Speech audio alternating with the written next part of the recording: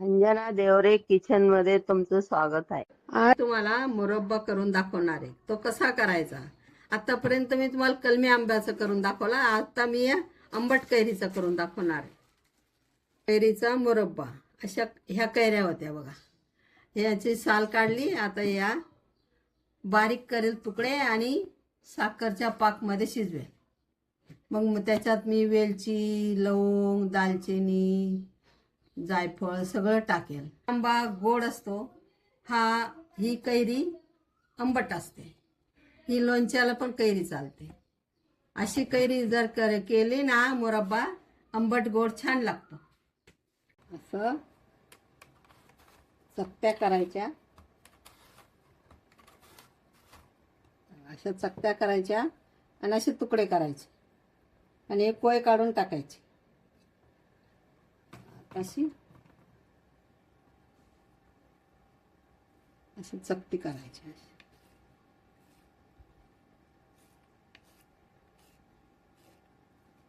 असं टाकायचं.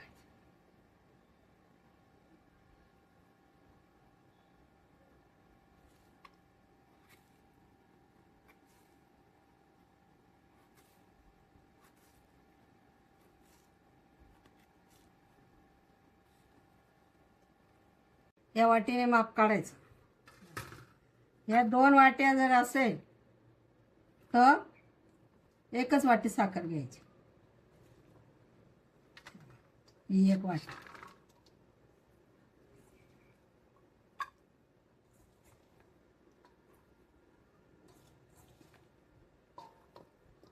दोनच वाट्या आहे तर 1च वाटी साखर घेणार मी.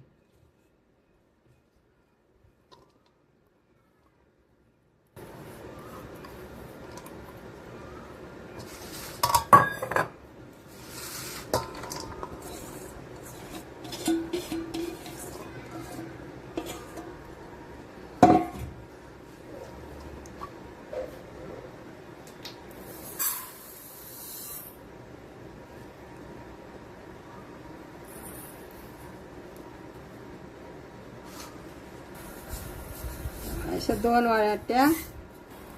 वाट्या कैरीत 1 वाटी साखर. हे बघा असं टाकून ठेवायचं. आता याला 1-1.5 तास ठेवायचं काढून.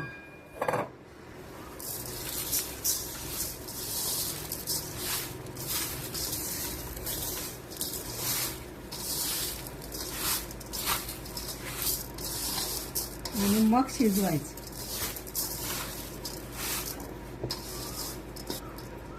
शिजताना दालचिनी, लवंग, जायफळ आणि काळं मीठ एवढं घालायचं. शिजताना दाखवेल मी. आता 1-1.5 तास ठेवा लागेल. हळद आहे ना, ही जमिनीतून अशी एवढा तुकडा काढला बघा मी. हे बघा असं मी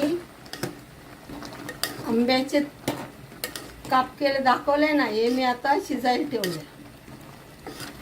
1 तास झाली का सगळं सामान काय काय घेतलं ते दाखवते. शिजू द्यायचं. वेलची, जायफळ, हळद, पांढरी हळद, काळं मीठ, तिखट आणि दालचिनी, लवंगा एवढं सगळं टाकायचं.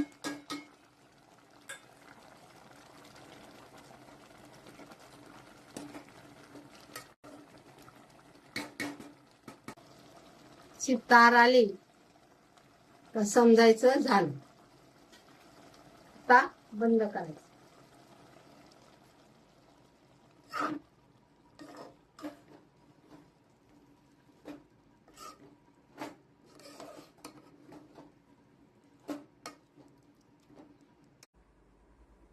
हे बघा मी आंबट कैरी असते ना, आंबट कैरीचा मुरब्बा केलाय.